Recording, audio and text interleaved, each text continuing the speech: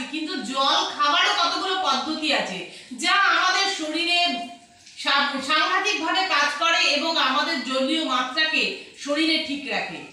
খাবার আগে জল খাওয়াকে বলে অমৃত সমান। বেদে আছে খাবার আগে জল খাওয়াকে অমৃত সমান বলে।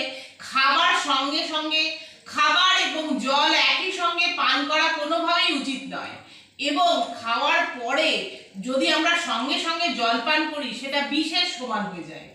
কিন্তু খাবার অন্তত 40 মিনিট বাদে আপনি জল খান, সেই জল খাওয়া আপনার খাবারটিকে পুরোপুরি হজম করে দেবে, শরীরে শক্তি বৃদ্ধি করবে এবং পুরো এনার্জি আপনি প্রাপ্ত হবেন।